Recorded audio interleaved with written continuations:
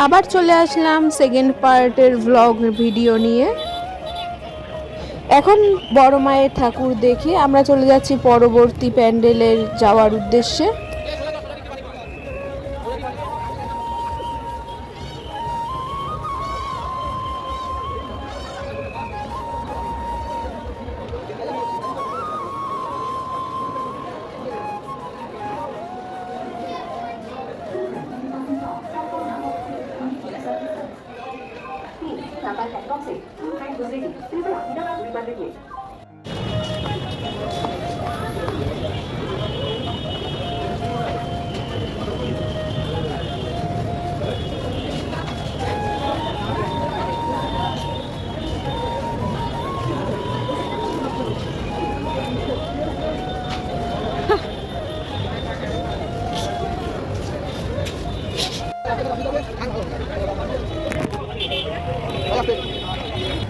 আমরা এই দোকানে একটু দাঁড়িয়েছিলাম একটা জলের বোতল কেনার জন্য।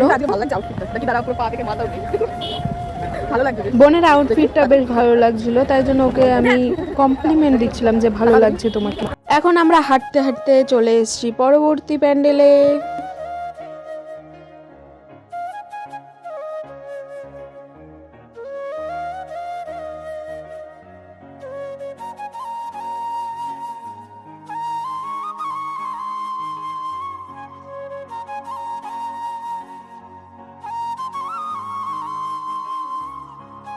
আমরা চলে এসেছি নৈহাটি রেল মাঠের ঠাকুর দেখতে।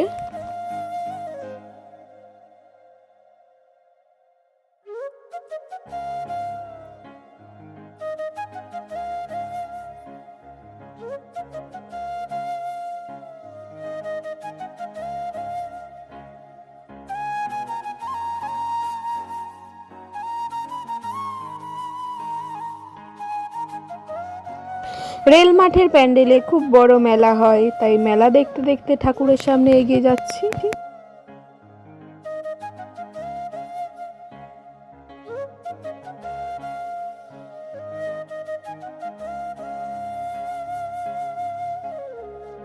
এখানে বোন প্যান্ডেলের ফটো তুলছিল, আমি বারবার ওর মুখের মধ্যে ফোন ঢুকিয়ে দিচ্ছিলাম, তাই জন্য ও বারবার রেগে যাচ্ছিল, কিন্তু রাগছিল আবার হাসছিল, কারণ আমাকে অনেক ভালোবাসে, রেগে যাবে না তাই জন্য।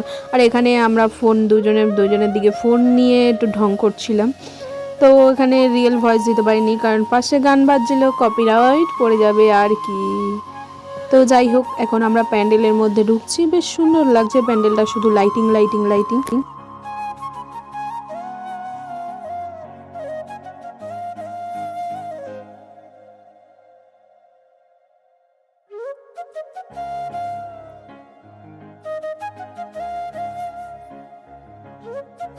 প্যান্ডেল প্রবেশ করতেই একটা শিব ঠাকুরের মূর্তি আছে, বেশ ভালো লাগছে প্যান্ডেলটা। প্যান্ডেলটা হচ্ছে বাঁশের কাঠি দিয়ে আর ফয়েল পেপার আর ফাঁকায় ফাঁকায় হচ্ছে লাইট দিয়েছে।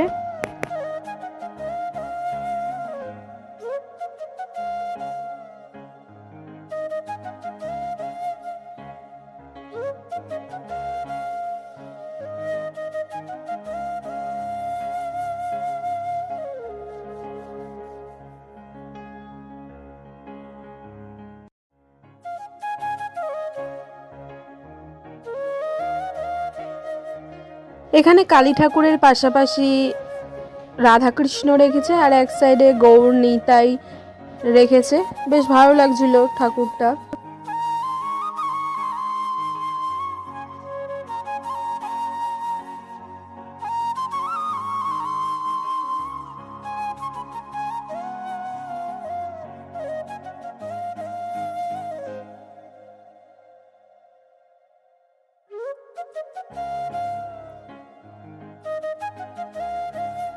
এখন আমরা রেল মাঠের প্যান্ডেল দেখে বাইরে চলে এসেছি। বাইরে কিছু খাওয়া দাওয়া করব, তাই আর বেশি কিছু তো খাওয়া যাবে না, কারণ মেলার খাবার তো জানোই কেমন হয়।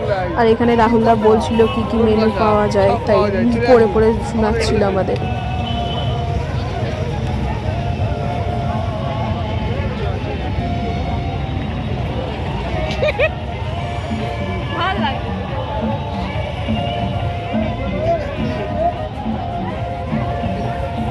আজকে তোমার লুকটা মুখটা অনেক সুন্দর লাগছে।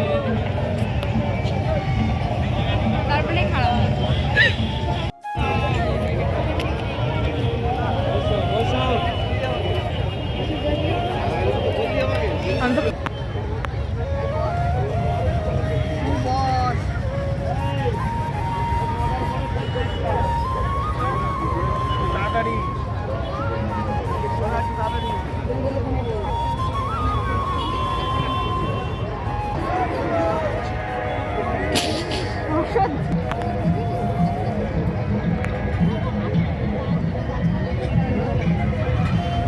আমরা এগরোল অর্ডার করেছি, তারই আসার অপেক্ষায় আমরা বসে আছি এখন। এখানে আমার সাথে একটা ইনসিডেন্ট কাজ ঘটেছে। আমি কতগুলো ঠাকুর দেখে এসেছি, এখন আমি এসে বসেছি, বসে দেখছি আমি উল্টো প্যান্ট পরে এসেছি। কার কার সাথে এরকম হয় জানিও, আমার সাথে তো হয়। কারণ মানে ছেলেদের সাথে গেলে যা হয় ওই তাড়াহুড়া করে লাস্ট ফিনিশিংয়ে, মেয়েদের একটু দেরি হয়, একটু মেকআপ টেকআপ করি তো দেরি তো হয়, আর ছেলেদের সাথে যাই মানে একটু তাড়াহুড়ো করবে। এই তাড়াহুড়ো করতে গিয়েই আমার এরম কাজ হয়েছে।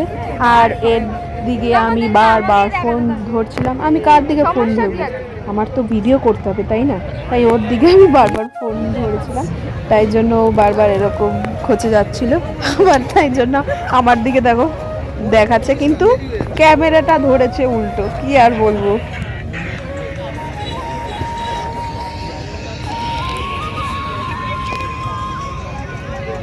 এরকম মজা ঠাট্টা দুজনে মিলে করতে করতে আমাদের এগরোল চলে আসলো। এখন আমরা এগরোল খাবো, তারপরে আবার চলে যাব পরবর্তী প্যান্ডেলে। আমি এগরোল অত একটা খাইনি, আমি ঘুগনি খেয়েছিলাম, কারণ আমার মেলার ঘুগনি খেতে অনেক অনেক ভালো লাগে। কার কার ভালো লাগে একটু জানিও। ওনারা ক্যামেরার সামনে কখনো এইভাবে খায়নি, তাই জন্য আমি ক্যামেরা ধরেছিলাম, তাই জন্য এরকম একটু অকওয়ার্ড ফিল করছিল, তাই জন্য একটু হাসাহাসি করছিলাম আমি।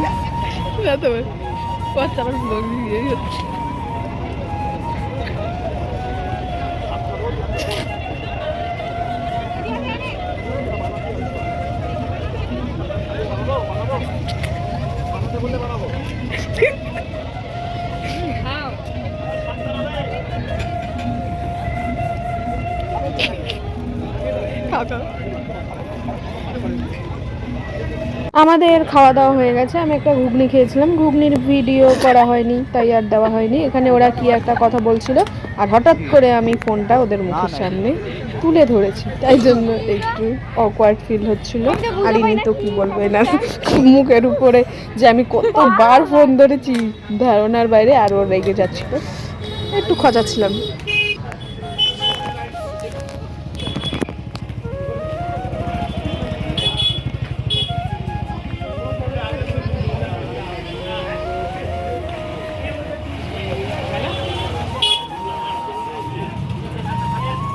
এখন আমরা ঠাকুর দেখে চলে এসেছি গ্যারেজে। গ্যারেজ থেকে গাড়ি নিয়ে আমরা চলে যাব পরবর্তী প্যান্ডেল দেখতে।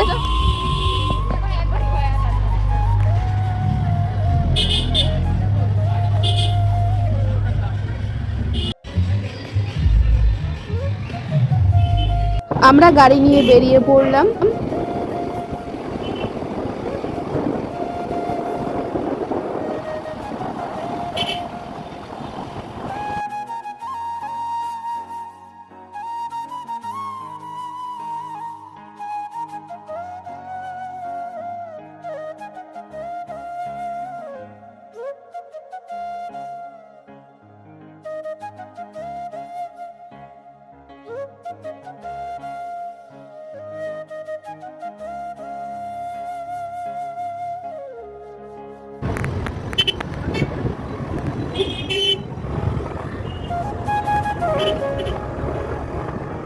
আমরা রেল মাঠের ঠাকুর দেখে আমরা আর ঠাকুর দেখতে যাইনি, পরের দিন আবার গেছিলাম ঠাকুর দেখতে, ওইটা আবার পরের ভিডিওতে আসবে। তো এখানেই আমার ব্লগটা শেষ করলাম। টাটা, বাই বাই, ভালো থেকো।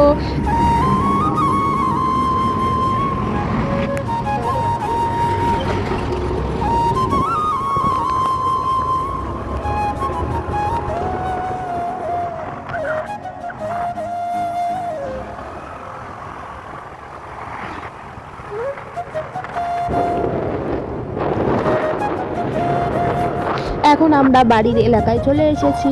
টাটা।